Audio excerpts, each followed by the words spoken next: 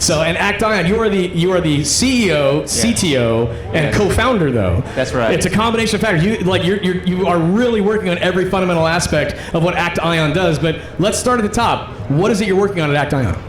So ActIon is the cathode material manufacturing company for lithium-ion batteries. We are pre-series A round stage startup company. So we are 14 people. So we initiated in 2019 here in Dallas.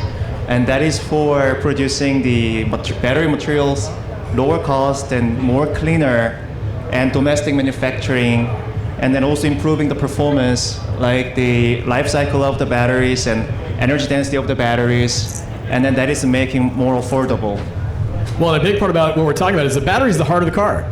And when it comes to an EV, that's it. Yeah, that's right. Without the battery, it's just a big paperweight with wheels. That's right. So a big part of that is what's going on at a cell level that relates back to the pack. Yeah. A lot of that is the battery chemistry, and what makes that battery a quality battery from, as you mentioned, like an energy density perspective. The energy density piece is really what makes the battery the heart and soul for how far you can go. That's right. And so all of that is, again, there's so much that goes in unpacking how the technology works. Mm-hmm. So you mentioned that you're really trying to do it at a cell level to improve upon manufacturing costs, but also from a cleaner perspective.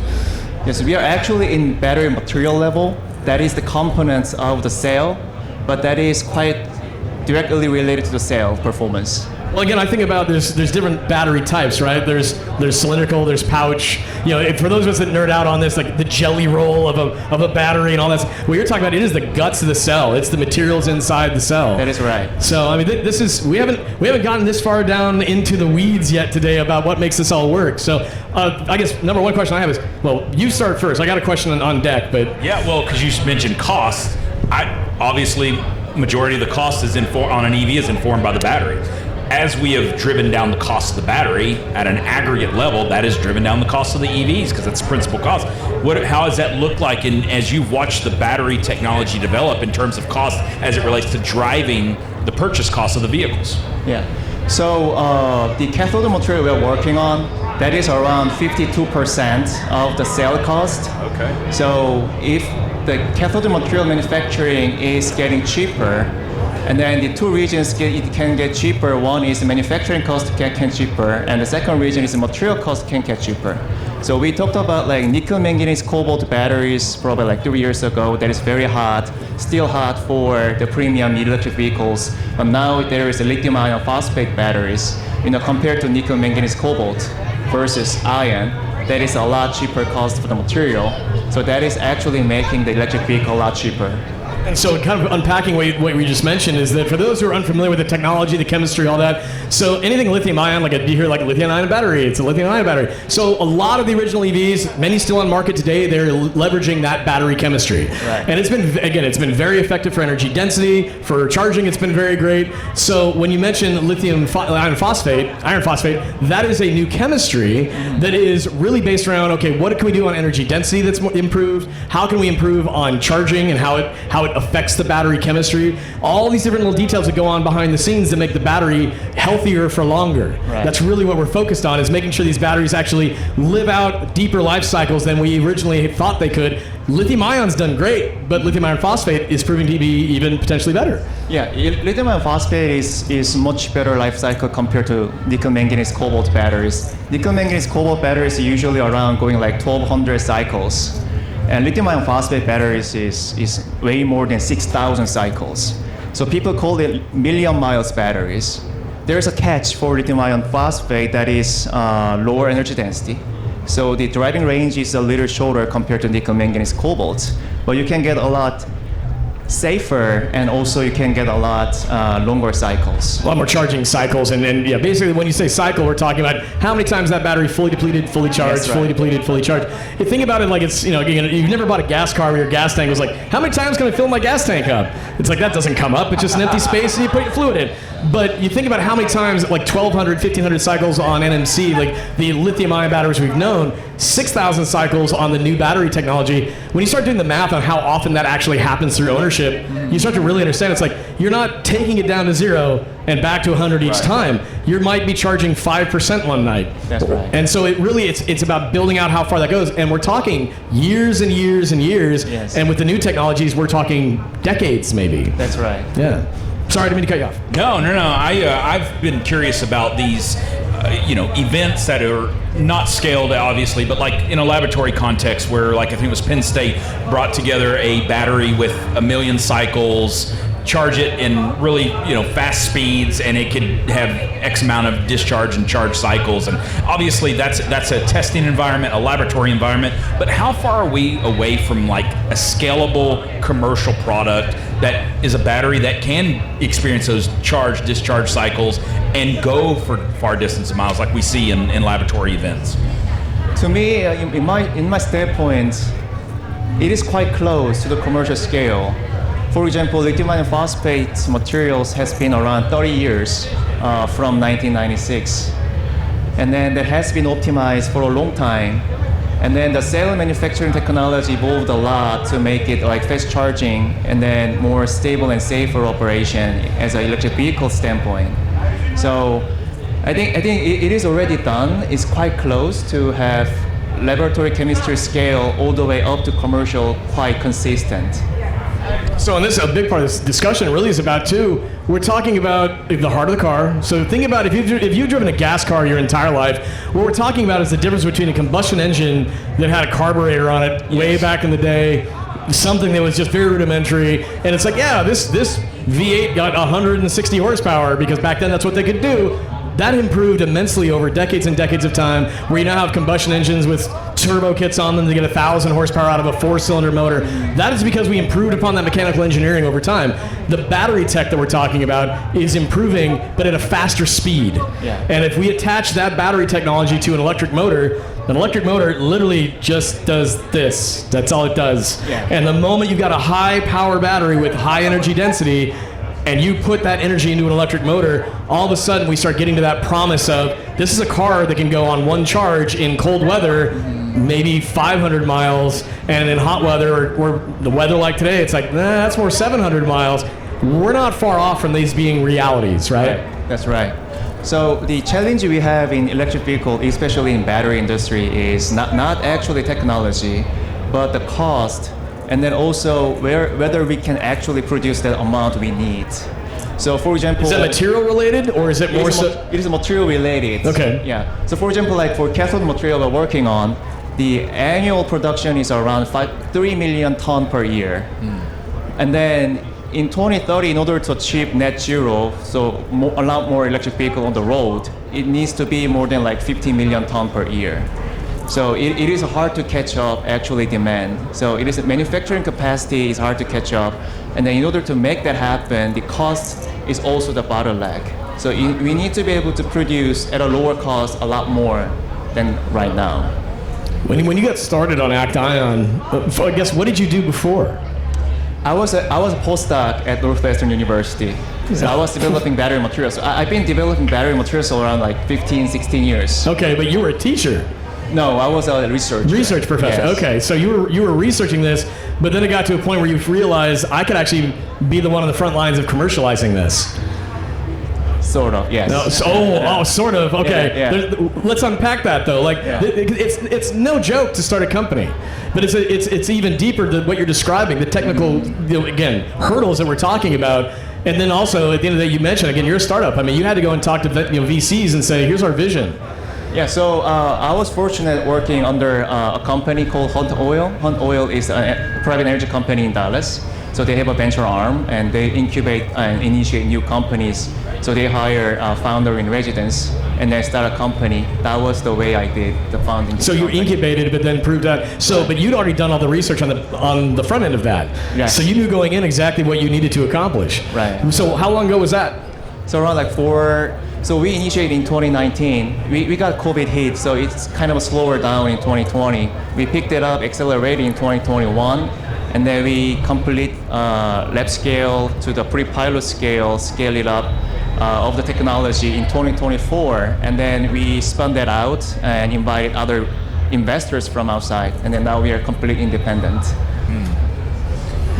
What'd you do last week, Jason? Not that. Not that. No, but I mean, again, I commend you because starting anything is hard, but then growing to a place where you actually have real traction on something so highly technical it's just, again, it's incredible. That could move the industry at a significant and meaningful pace. Not to nerd out too much or get too technical, but I remember when Tesla bought a company that was specialized in capacitors, and they ended up offloading that company. But I thought that maybe that signaled that there was technology at a capacitor level that was going to be integrated with the battery management to maybe reduce charging times or extend mileage. I didn't know, and then it just disappeared, and they offloaded the company. And I was like, well, maybe there's, maybe it just wasn't viable at a commercial level or production level or whatever. So saying all that to say this, pie in the sky, what ancillary technology out there is maybe it's not available at a commercial scale, but what technology out there could get us there faster? As it relates to a BMS or battery management system. Yeah. So to me, like cell component level technologies, that is directly improving the cell technology. For example, like solid state battery technologies. Solid state battery has been around like a long time. And then we are dreaming like from the liquid lithium ion battery, that is what we have right now. And then going to solid state, all solid state, like step change. That was what we've been like dreaming of, but that has not been done. That has not been like actually realized. I keep calling it the promise of solid state. I mean, Toyota's been engaged on the research. Mercedes has been engaged on the research. Stordot, others have been engaged on the research. Yeah. But it's still this lab-tested component. QuantumScape. I mean, we go down the list of all of us who've been involved. But that quantum leap that will happen when that does come to market is going to be very transformative. But it doesn't take away from the fact that the technology that exists today is very marketable and viable. These are just these extensions of it where I mentioned, like, one day it might be a car that goes 1,000 miles. But we have, again, we're iterative steps of getting this to commercialization. Mm-hmm. Yeah, that's exactly what I see. The current lithium-ion battery energy density, let's say around 250 watt-hour per kilogram. Solid-state battery is around 600, and then it is not happening like one step change. The cell component to make that happen, that is gradually developing and more. So we are going to see from 250 to 300 and 350 and 400 by the time, probably around like 5 to 6 years from now. And then we eventually gonna go there. And this is where, I mean, people, again, I look at Expo and how it's grown in the last 5 years, what it means for an event, what it showcases for manufacturers that have been involved. And I've owned EVs for over a decade. The latest EV I've had for 7 years. It still goes around 300 miles on a charge right now. It still charges up at 250 kilowatt. These are all things that existed 7 years ago. They're catching up, but as you're describing, this is happening at a speed and pace now, especially on a global scale. Mm-hmm. So that's, I guess, maybe kind of rounding things out a bit. You're based here, you're working on this technology here, but inevitably this is something you can work on with partners on a global scale, I would imagine. Yeah, that's right. So it is a global collaboration. Because batteries consist of cathode and anode and electrolyte and other components. So it is not just one company making all the way from all around. It is a global collaboration from cathode from here, anode from somewhere else.